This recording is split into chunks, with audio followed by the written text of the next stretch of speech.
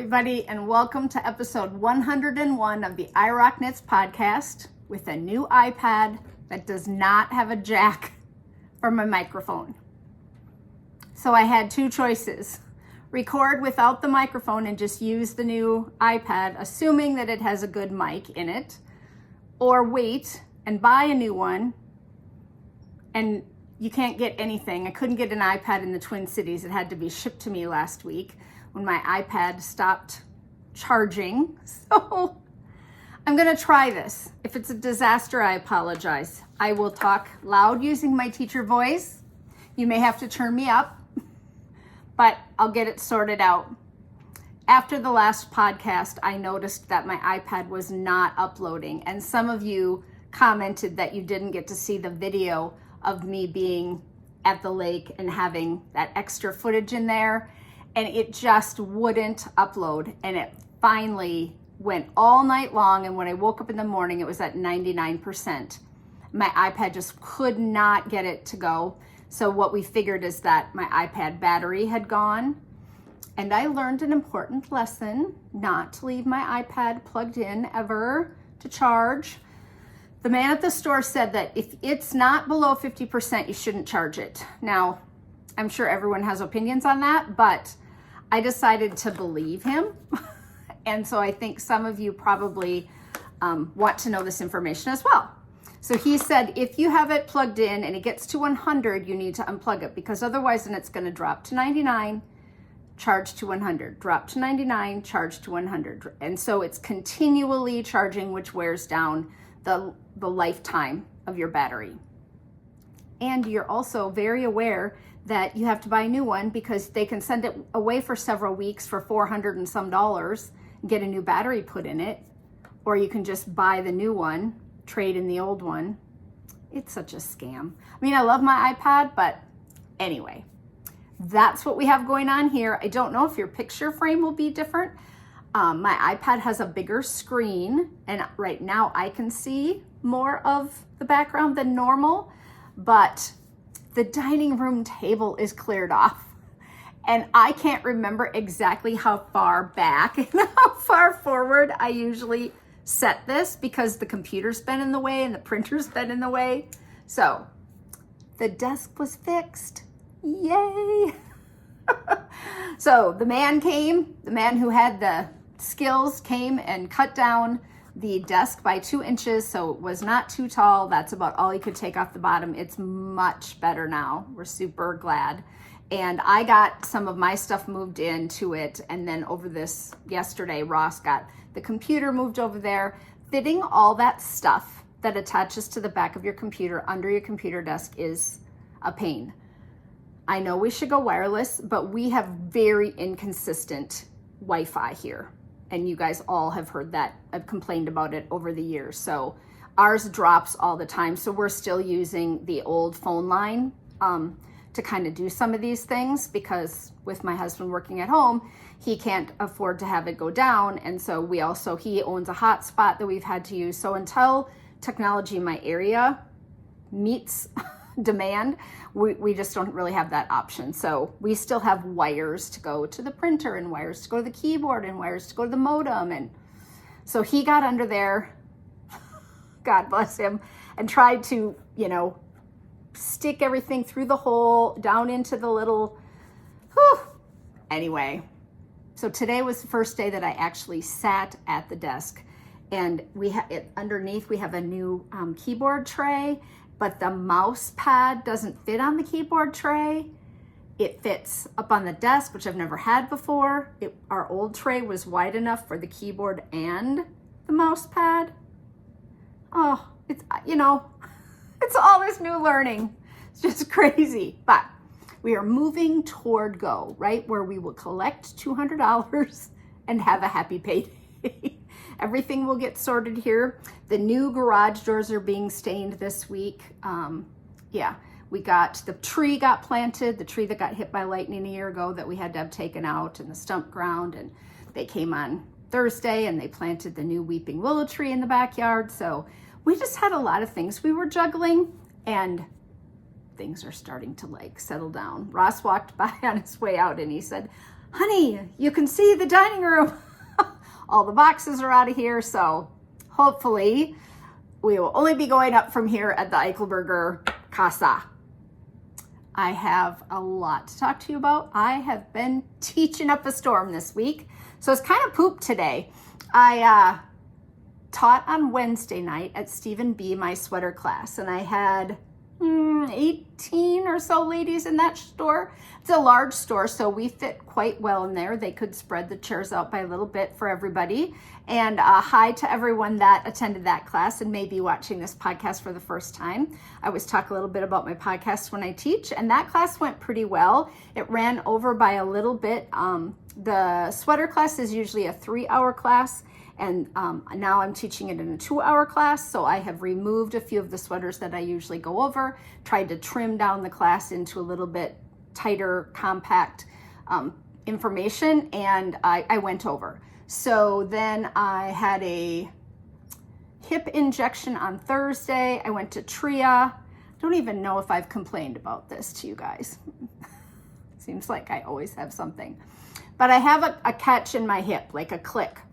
And it tends to not bother me when I'm walking, moving straight forward and backward. But when I have to get out of this chair and I have to lift this right leg over to get out or to get out of the car or whatever, it catches and it takes my breath away. It's hooked on something, whatever, the tendon, muscle, anyway. And so my husband said, you're gonna fall, right? Like, I know you don't want to go back to TRIA, because I was just afraid that they were gonna say it's arthritis, which it's arthritis. But I decided, okay, went in on Thursday, and the doctor was really nice. And I said, I think I've seen you before. And he said, oh, I really pride myself on knowing my patients. I would, I think I would remember, and I don't see anything in your chart. And I said, well, his first name was Ross. And so I said, I just remember seeing someone at TRIA whose first name was Ross. It's not super common name. And, it's my husband's name. And he said, oh, and so then he's looking, he said, no, I don't see that. And then he said, you know what? I just opened another tab. And yes, I did see you. I think I saw you back in 2007. And I saw you for your knee. And I was like, I thought I had seen a doctor named Ross something. And sure enough, so I have been a TRIA patient since way back then. But he recommended I do a cortisone injection. He didn't know if the labrum was torn. He could see arthritis. We just did an x-ray, not an MRI. Doesn't always show up, the arthritis. It can be worse than what it shows on the x-ray, but I was all in, right? Like, let's try whatever we need to try. So he said, okay, you know where to go downstairs and they'll schedule you. And I got down there and I said, I suppose this has to be improved by my insurance. And she said, no, an MRI, but not an injection. So we can just schedule it. And I said, great. And then she starts looking and she gets this look on her face like, and I'm like, great.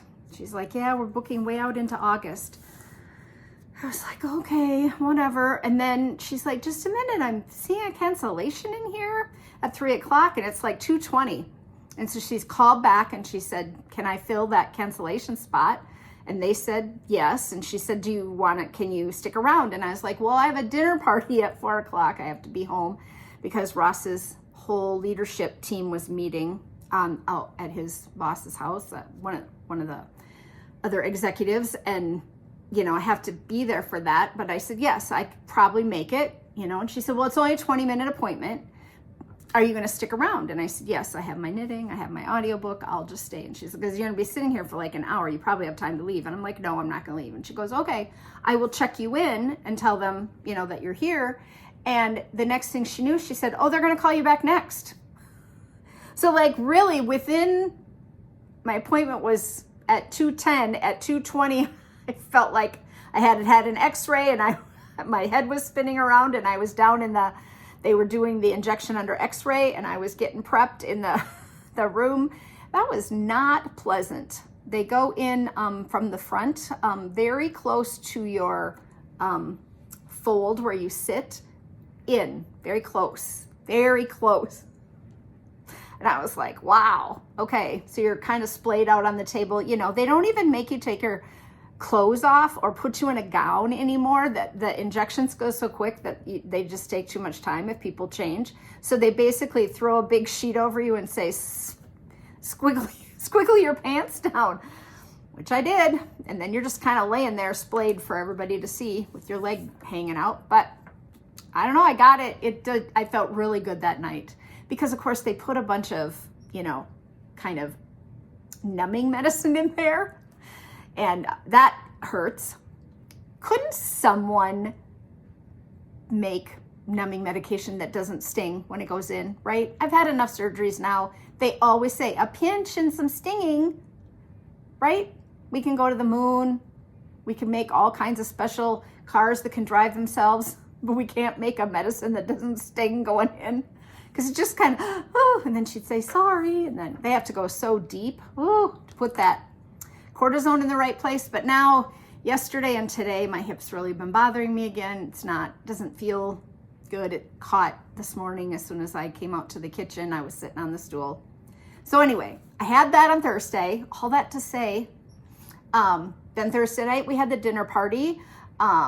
And then Friday, I taught at BeWoolen. I taught my Ravelry class, so I had to be up there at 10. It was a lock-in, which meant that people paid to be there from 10 to 5. They got lunch, they got a swag bag, they got little goodies, and then 2 hours of that time from 10 to 12 was my Ravelry class, and then I stayed and knit with some ladies, so hi to some of those ladies. I remembered on the way home, I kept thinking, try to remember these people's names who watch your podcast. I'll never remember them all, so I apologize. But hello to moffmom. I remember having to ask you how to log in on your iPad for your Ravelry name. And then Sherry, I'm pretty sure Sherry was in that Ravelry class on Friday. I was jotting down names as I was driving home in my car. And then yesterday, I went back up to BeWoolen. It's about a 45-minute drive for me. If there would have been traffic, if I would have been going in traffic, it would have been much further. But so I went back up and I taught my 50 Shades of Sweaters class from 10 to 12, and then people stayed till 5. Both days we had lovely lunch provided by the BeWoolen ladies. It was really fun, but I have not taught 3 classes in a week since March when I went to Wisconsin when I lost my voice. And so yesterday I was getting a little during class and I kept saying, I'm sorry, I'm coughing, my mouth is so dry. And several of you have recommended this to me, and I do use it before I start the podcast. And I carry it with me. I'm well aware of what this Biotine can do for dry mouth, but it just doesn't last very long. I mean, I get some relief, but it doesn't last an entire, 2 hours of talking when you're teaching a class. So yesterday I had to ask, so I was coughing, it just couldn't get lubricated with water. And I said, does anybody have a sucky thing I can put in my mouth? And my friend Janet had a Mento, and those are so strong, right? And I was like, that'll do it. That'll just coat. So I chewed that up real quick and then didn't cough anymore after that. But gosh darn, that dry mouth thing can really, really get you going. So welcome. I've been talking for 10 minutes and haven't even welcomed all of you. I'm glad you're here. It is Sunday afternoon. I'm recording today because I have a dentist appointment tomorrow. And every time I try to do the podcast and edit it and put it up in one day, it's an all day thing. So I said to Ross, I'm going to try to record later this afternoon. So tomorrow I can just edit and then go to the dentist and not be panicked that the podcast isn't done and I didn't get it done soon enough. So I spent most of the morning. Ross is watching golf, the Open, and I'm watching Tour de France. And we are sitting in there because we're sorting our files. We have boxes and we're going through our files while we watch a little of the sports on TV. I love watching the Tour de France. But anyway, so welcome to all of you. I hope that you are having a good July. It seems like it's flying by here. It's going to be the end of July. And so I just want to put a little plug in that if everyone could hold some good thoughts next Tuesday on the 26th. Is that next Tuesday? No, the next Tuesday. On the 26th of July, put a little note down right now, will you? Because she's taking the bar on the 26th and the 27th. And I don't know. I don't want to put high hopes or big expectations on myself or Ross. Like, we just want to be like, whatever. She's prepared. She's taken, she's done all the things she needs to do. She's studying and studying every day. So, but if you have a moment to think of her or say a little prayer for her on the 26th, that would be nice, right? It's always nice to have people thinking of you. I have 2 audiobooks to talk to you about this week. And the first one is Anatomy by Dana Schwartz. And this book was weird at first. I was like, I don't know about this at all, because I was thinking, I don't want to read about anatomy and body parts. And there was a lot of science in between the chapters. They would kind of read a section about, you know, body systems and stuff. It just didn't seem like something that I was really going to enjoy. But I'll give you the little bit of information here. A Love Story is a gothic tale full of mystery and romance. Hazel Sinnott is a lady who wants to be a surgeon more than she wants to marry. Jack Kerr is a resurrection man who's just trying to survive in a city where it's too easy to die. When the two of them have a chance encounter outside the Edinburgh Anatomists Society, Hazel thinks nothing of it at first, but after she gets kicked out of renowned surgeon Dr. Beecham's lectures for being the wrong gender, she realizes that her new acquaintance might be more helpful than she first thought. So this is taking place in Elizabethan England, and she tries to sneak in to study, and she wants to be trained to be a surgeon, and women can't do that. And the book got better and better. And I would say by the end, I really did enjoy it. If you're sciencey at all, then you would love that inner stuff in between the chapters where they were explaining kind of how they learned how to do things back in the day, and anesthesia, that there's a whole storyline that follows, like how they were giving anesthesia and how they were, you know, training one another. So that it was quite interesting. I just didn't want all of the sciencey parts, but it ended up being quite good. It is 10 hours long, and it only took me a couple of days to listen to it. Then I just am finishing. I don't even know if I have 20 minutes left, which is crazy, but I am just finishing the Book of Life, and that is the third book in the series by Deborah Harkness, The Discovery of Witches. It is so good. If you love a big book, you just have to listen to these. I listened to these 3 books faster than I've listened to a book in a long time. I did not think they were for me. I did not think I would want witches and vampires and demons to read about. The storylines are fascinating. The first 2 books were each 24 hours long. This last one is, again, about 24 hours. Yeah, 24 hours long. Just following characters for so long was such an enjoyable experience. I can't wait to start watching the television show now. I didn't want to start watching it before.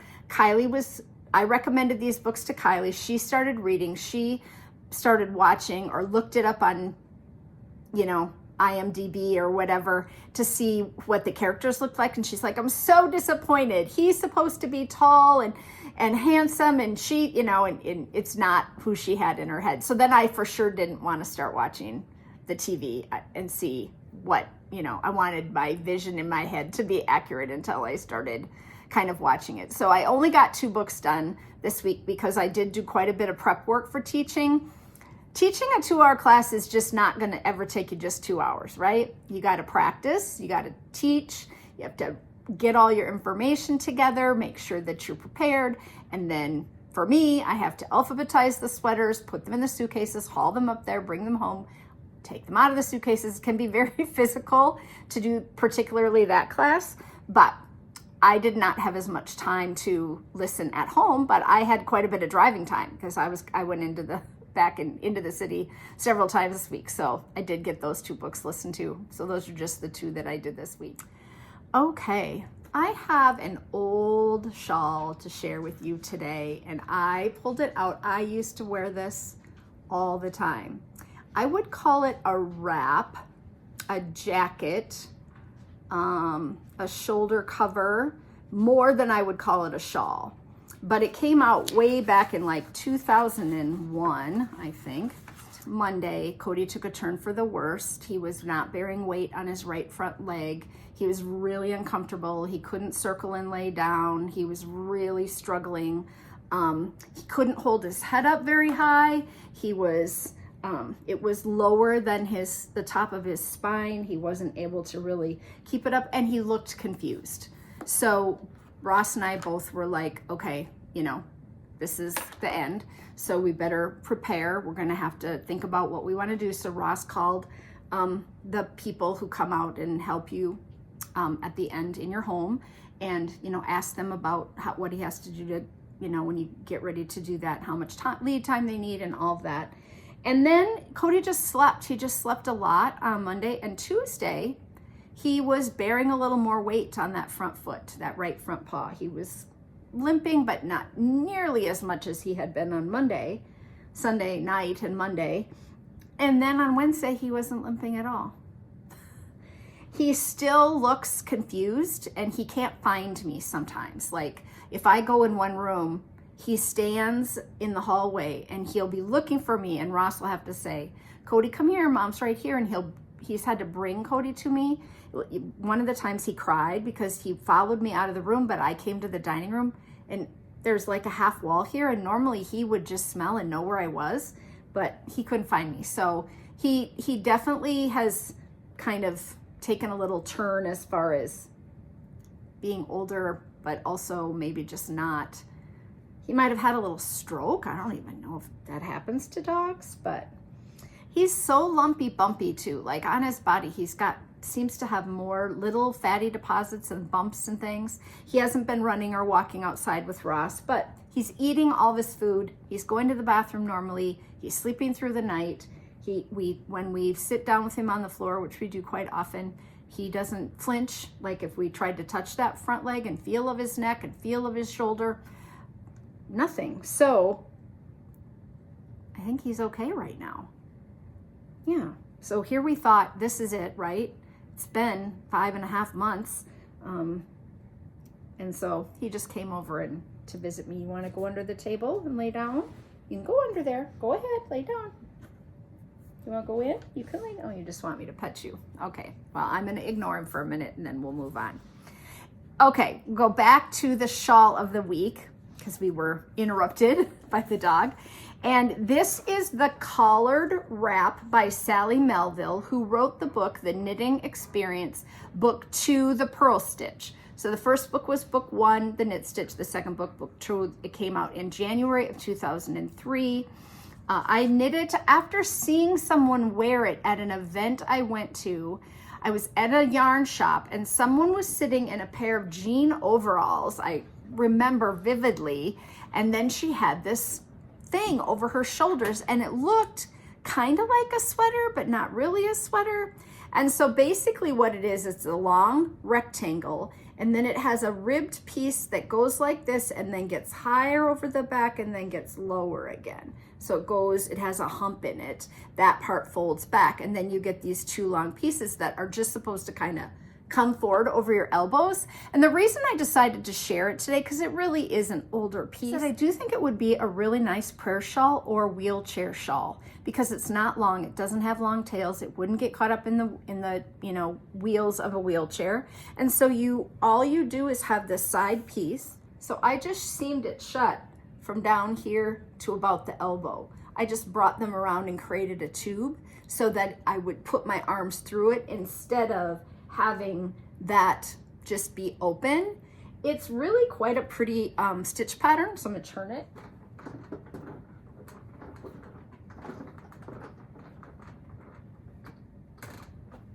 So it's just like a little checkerboard hash purl, knits and purls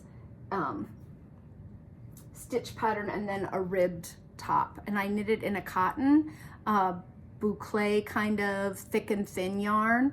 So it worked up quite quickly, but I really do think, I have people all the time ask me about what sweater pattern should I choose, what shawl pattern should I make, but I have had people also say, what do you like to knit for a prayer shawl or for someone that's in a nursing home?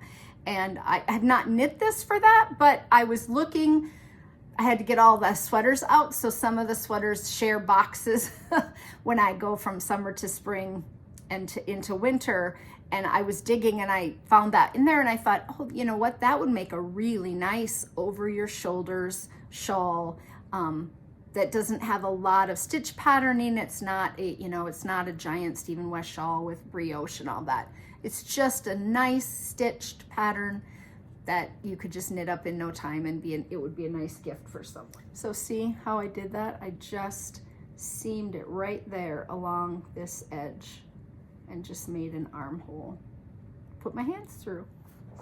It is knit with worsted weight yarn on a US 7 900 yards. It says easy, repetitive stitch pattern, some finishing, one size fits all, just easy to make fairly quick. And then as I was sorting things, I found my Knitting at the Library part Deux cowl, which is the lace sampler. And I had not seen this one in a long time. It used a mini skein set, and you have little tiny sections of lace patterning, and then you can repeat it or not. And so I thought, I'm gonna throw that on the mannequin this week because it's really cute. And if you have fingering weight leftovers, it would be the perfect little lightweight cowl for going into fall. Be a really nice little gift. You get to do different stitch patterns in the different colors. You can decide how much of each pattern you want to do, but you'll learn a bunch of different laced pattern stitches. Yeah, they show off real nice. So good way to use up some fingering weight yarn. So this is Knitting at the Library cowl part Deux, D-E-U-X, lace, it would say. On the first Knitting at the Library cowl is textured stamp, so knits and purls in all the sampler stitches. You have 4 and then you can repeat them, and then there's a edging, and then this one is just lace. So that, and there is a hat to coordinate with the lace one that's really cute. So I just thought, oh, I love when something comes out of a box and you're like, I haven't seen that, because I'm keeping all my samples in the new window seat in the office that we had built in those plastic cubes, and this belongs in with those samples, and I would not have known that it was still in with all the stuff that I have in my closet that I would normally wear on occasion. So I thought, okay, I'm gonna just share that little cowl with you today. I do like a fingering weight cowl. They're so drapey, they don't come up around your neck, and it kind of feels like you're putting a necklace on, which is a nice segue into one of my finished objects this week. I have had this little braided necklace pattern in my phone. I had downloaded it. It's a free pattern by Olga Jazzy on Ravelry, and it's just been next to my chair waiting for me to get it cast on at some point. And it's just really fun to knit. It's the cutest. You make 2 strips. So I cast on a second one so I could show you what we're doing here. So you make a strip about 9 stitches wide, and you put holes in it every so often, all the way down. 1 strip. Then you make your second strip, and then you're gonna take the tip of this one and stick it through the hole. And then you take the one on top and stick it through the hole, and then that one goes on top and you stick it through the hole, and it makes this braid. Now this one's rather thick compared to the one that she did. And then when you get to the end, you sew a little button on and you make a little crochet chain on one end. Isn't it cute? I had to put on something orange today so that I could wear it for all of you. I would say it took me, I worked on it on Friday when I was at BeWoolen, and then last night. And she says, block your strip, lay it out to dry, use a really nice yarn that's gonna feel really soft around your neck and not cause you to feel itchy or anything. I just used whatever I had. I don't have an itch factor really. This is just some orange yarn that I had next to my chair. It was a little bit thicker. And so now I'm using this single ply of lime green yarn, which is much finer. So my little strip is gonna be, much narrower in comparison. But this just worked up, I don't even know, in an hour. I was sitting this morning and got it done, so I thought, well, I could kind of show you how it's made. But super fun to knit, would make really fun gifts for people in your life if you are looking for gifts. If you're doing Christmas in July, I was thinking, I think my sister-in-law would wear it. kind of looks like those metal woven. Not this weekend, but last weekend, my nephew and my great nieces, who are 2 and 6, and his bride, came to the Twin Cities to baptize their youngest child, Luna, who was 2, and Kiley and Stevie were the godparents, which is why they came up here, because Kiley's studying and they wanted to not have to put them out for them to drive to South Dakota for a 20-minute baptism. So they came up here with the girls, and the girls stayed with us, and then they went to the Mall of America for a couple of hours on Saturday, and then we all had them over here for dinner that night. Steve and Kiley came. I have not been around a 2-year-old and a 6-year-old in a long time. Boy, do they have a lot of energy. Corey, can we do this? Can we do that? It was just, it was really fun. They're darling. And we played SpongeBob Life. She phoned it up in our playroom. I didn't even remember the rules.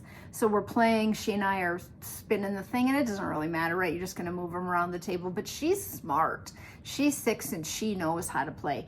And within 5 minutes, she beats me twice. And I'm like, we're doing something wrong, because we run out of money way too fast. We don't have enough money to play this. And so then her mom came over and said, you guys are starting from the wrong end of the board. I was like, oh, embarrassing. Yeah, I'm reading the instructions inside the cover. So we did get it figured out. We were starting at the end, not at the beginning. But anyway, and they loved doing stickers, and then they wanted to see my knitting, and then we went outside and looked at the baby snake from last year. Remember the rock snake that I had out? I have the sign back out on my, so the rock snake was out there. We looked at our raspberries, and so then she kept saying, can we go outside to see if the raspberries are ready yet? And I was like, it's only been 10 minutes. So it was really cute. Anyway, so they were here, and they're just darling, and I thought I should knit some.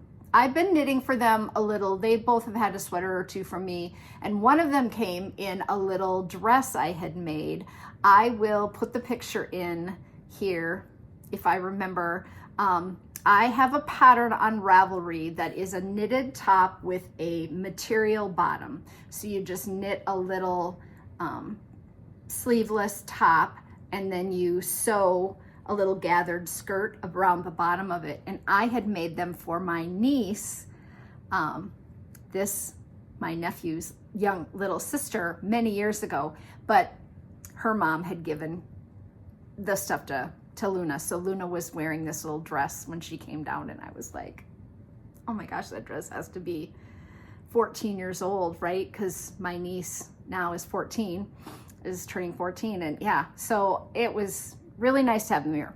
All that to say, this is what I made. This hat, I don't have the button in there yet because I forgot to dig them out, so I just tied it for now. I got to put a button in that one with these little mittens. And then I put a little S on the mitten because they're going to be close in size, and the girls might not be able to tell which pair is which. And this is hat number 2 with these little mittens. So she got a little L on her mitten, and then I have a little L somewhere. There's a little fuzz too, but I have a little L on the hat. So the hats are different sizes, but not by a lot. And then the mittens are definitely different sizes. But I thought, no, I'm not really sure. The mom shouldn't have to have a struggle to figure out whose is whose, right? And I think the girls will say, they're smart enough to know these are mine and these are mine. Aren't little things just darling? Like just the cutest little, look at how cute those are. So these are the Waiting For mittens by Susan B. Anderson. And this is the littles version of these. I just needed a cast on number. I kind of know how to make a mitten just in my head, but not little enough for a 2-year-old. So I just needed a cast on number. So I went out and got that pattern from Susan B. Anderson, and then made the little mitten. So this is self-striping sock yarn in worsted weight. And I got this yarn from Simply Sock Yarn Company after seeing Amber had bought it. And Amber was making leg warmers for herself for Christmas to go with a Christmas skirt she had sewn, and I was like, I have to have that yarn. So I had ordered it. It has been several years, so I am not sure that it would still be available, but it is darling. It's called Christmas Island, Simply Sock Yarn Company, Post Sock, Poste. But I got both hats, both pairs of mittens, and giant pom-poms made in the last week so that I can put these away for the girls for the fall, and they'll be done because I was doing some knitting outside of the home, and so knitting a hat in the round. Carrying my sweaters, some of my sweaters right now, you know, things have to happen. I'm in a certain spot, and so sometimes it's just easier to take something little to knitting instead of taking the big sweater thing that I really do want to get done. But so first I did that, and then I did this, and now I'm doing this. I'm thinking I'm maybe trying to not work on big projects right now. Maybe there's something in my brain that's saying I just want instant gratification and satisfaction, because I'm not working on the things that wouldn't really take me all that long to finish up if I would just buckle down. I mean, and maybe it's because I can't wear them right now, like the sweaters. I couldn't wear them right now even if I wanted to. And then I wanted these because I think these just turned out darling. This is Geek socks. It is just a little slip stitch pattern. It came from a Knitty pattern in summer of 2015 called Geek, G-E-E-K, by Y.S. Leong, or Wei, W-E-I, is the first name. And it is just a fingering weight, size 1, 36 stitches to 4 inches, self-striping. When you change color, you change and do the little, I think this is a Neapolitan colorway from a long time ago. I think they turned out really cute. Super fun. So I thought I would inspire the sock knitters a little bit. Quit doing vanilla socks all the time. Do something fun. Because boy, that just makes you happy, doesn't it? A little ziggy zag in there. Super cute. All right, so that's the Geek socks. Yeah, free pattern from Knitty, so you can't really go wrong with that either. Then I had a couple things that I saw on the internet this week, and I thought I keep them in my folder, my podcast folder, and then I just decide to grab them out. So today I have 2 pairs of socks. So I guess it's going to be a sock moment here. The first pair is called Hamish. Are those not fun? Oh my gosh, look at that cable. Little color work. Oh, so this came out in October of 2014. It's old. I just thought they were amazing. It's by General Hogbuffer, who did a bunch of socks at one time. Fingering weight.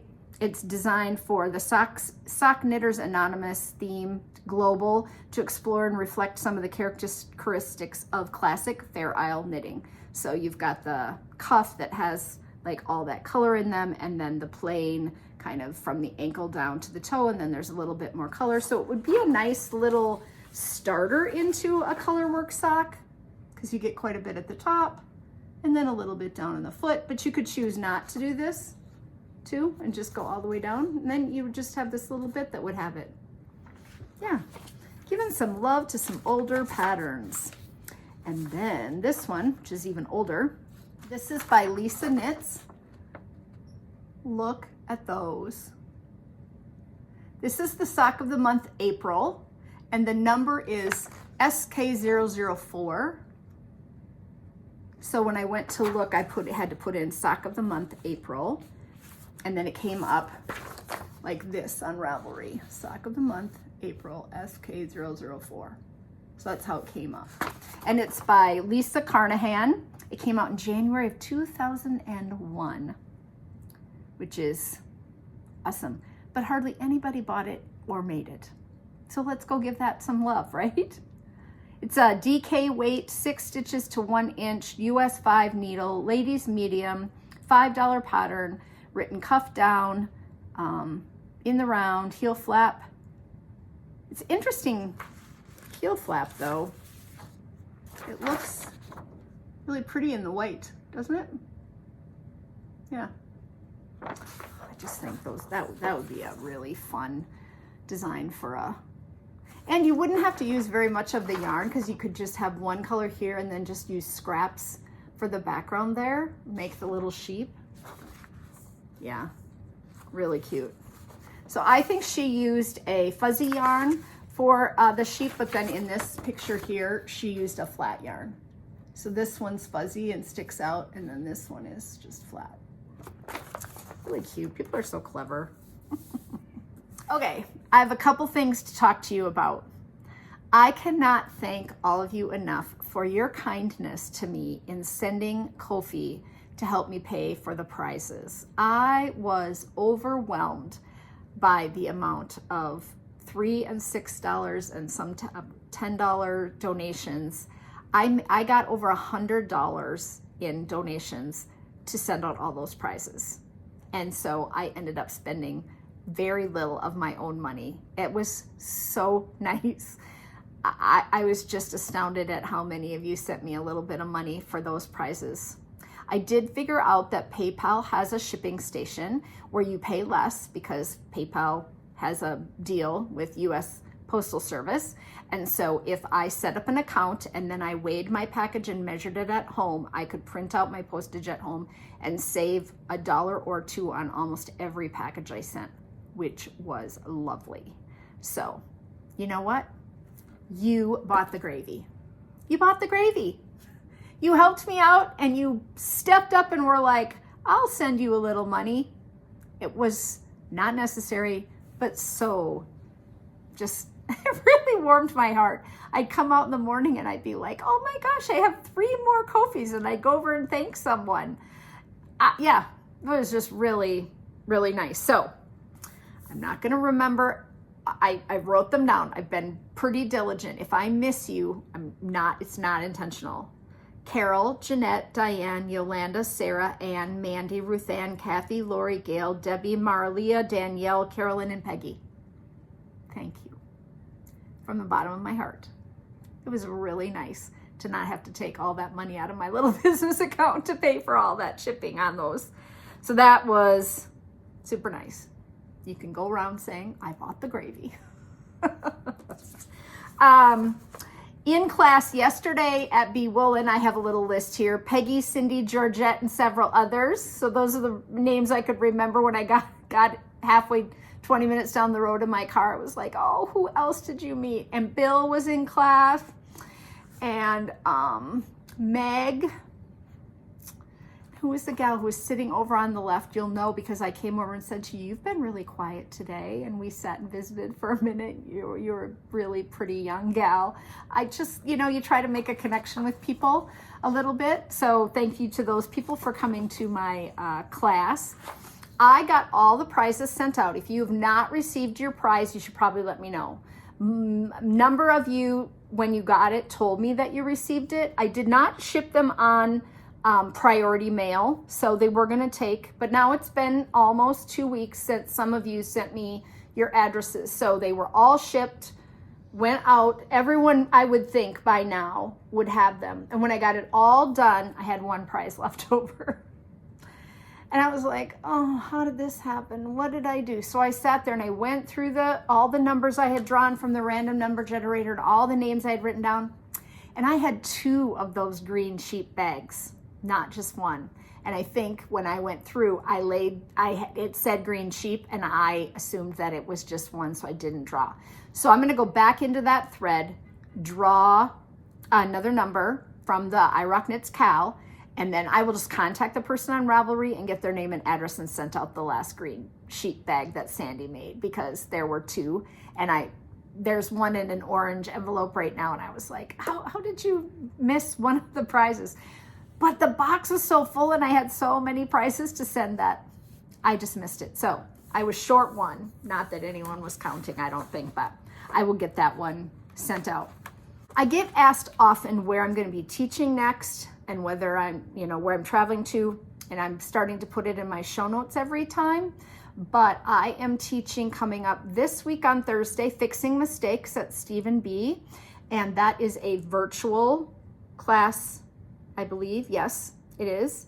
And then on the 28th of July, another Thursday, I am teaching how to use Ravelry like a pro. And I think that one is virtual. And then the following week, on August 3rd, I am teaching my 50 Shades of Sweaters again, and that is going to be virtual for the first time. And then on the 17th of August, I'm going to teach how to use Ravelry like a pro in person at Steven Be. So I have not done a lot of virtual with the Ravelry class, so that's going to be interesting. We're just going to screen share, and that's a good class. It is not fun. It's not exciting. You're not seeing a lot of knitting, but boy, do you learn how to use a lot of things behind the scenes in Ravelry that will make your life better. So it's a 2-hour class. You can go to stevenbe.com and look at the calendar. There was one that didn't get put up. They missed it, and she's going to get that done for me tomorrow. So then now it should be up there, but I have a number of those classes coming, and they're doing one in person, one virtual. One in person, one virtual. So I'm doing sweaters twice, Ravelry twice, fixing mistakes twice. So they're offering it either in the shop or virtual, in the shop or virtual as we go through here. And they just asked me for some dates for the fall.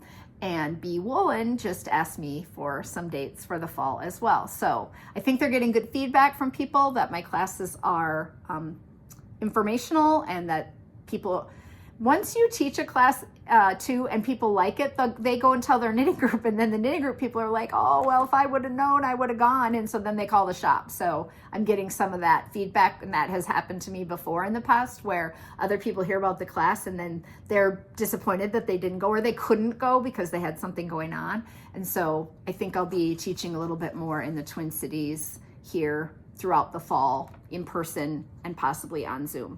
But if you want a class that's offered by your local yarn store on Zoom, just get in touch with them and say, hey, in your shop or on Zoom, and reach out and we'll see if I can't set something up. I've been watching the Tour de France. Oh, I love watching it. Don't like the wipeouts. We have several people who have gotten hurt, and one of the teams is just really having an unlucky, their person crashes and then they have a flat tire, and you're like, how can all the bad stuff happen to one team? But I've been watching that, and then I started watching Sneaky Pete, which is very good. So thank you for the recommendation on that.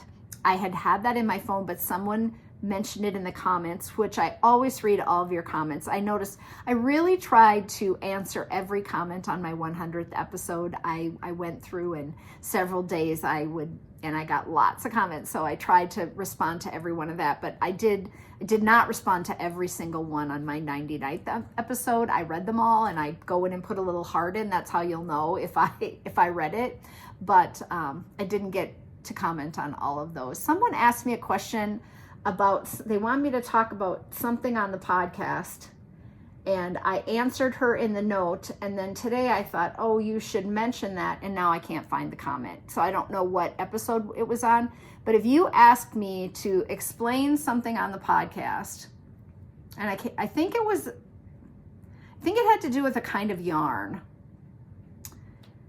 but there's so many comments, and I just kind of scrolled through and I didn't see it. So I would answer it here if you reach out and tell me how I missed that one, okay?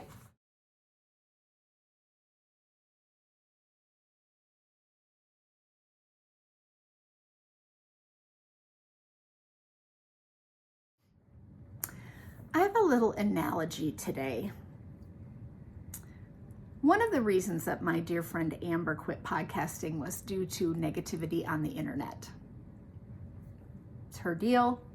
Not going to get into it, but people are not always nice. And here's my analogy. My neighbors have a pool, and the gal will lay out there in the sun.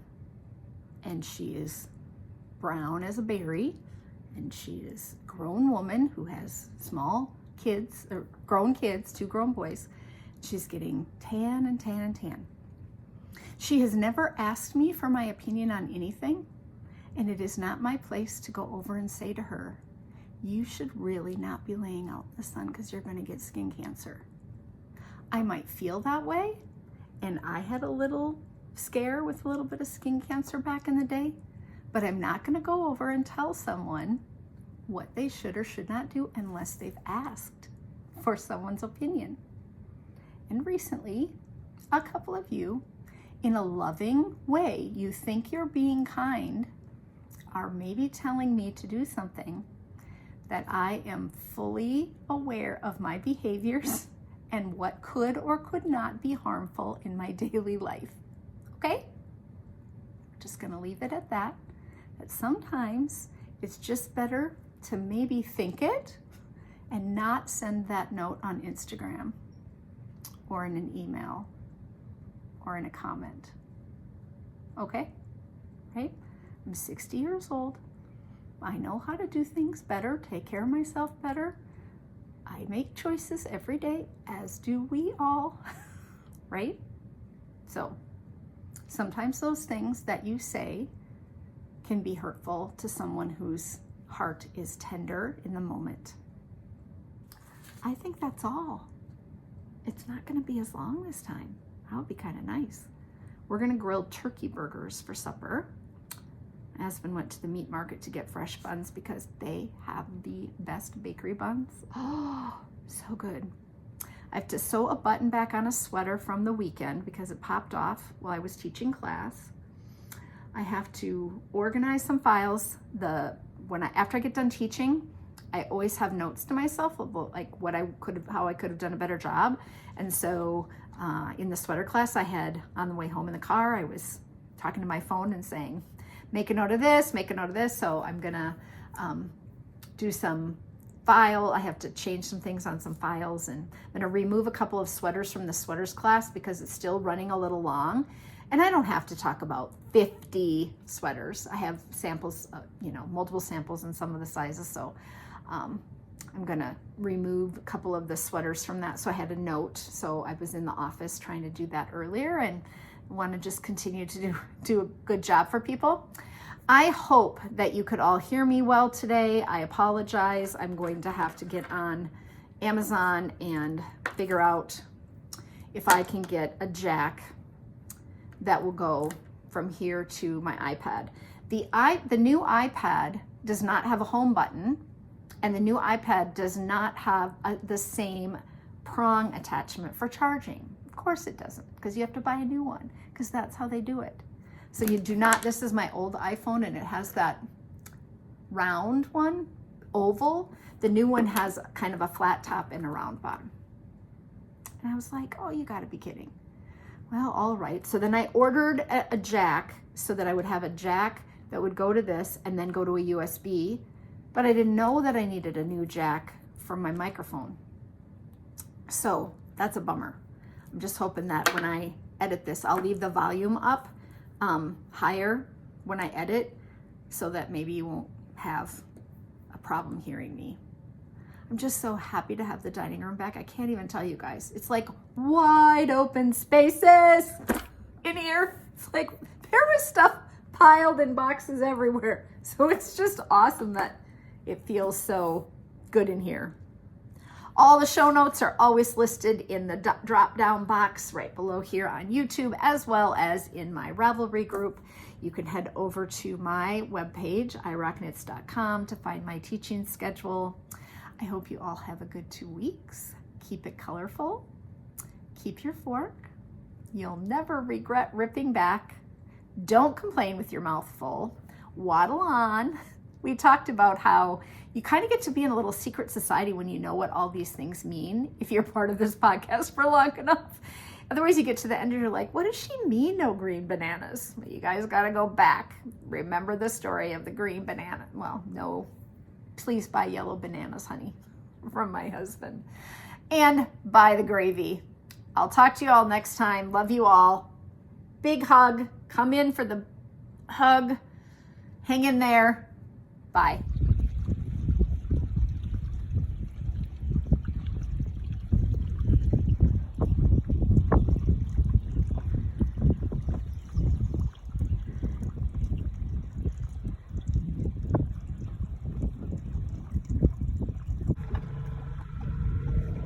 Turn it, it's getting pretty shallow.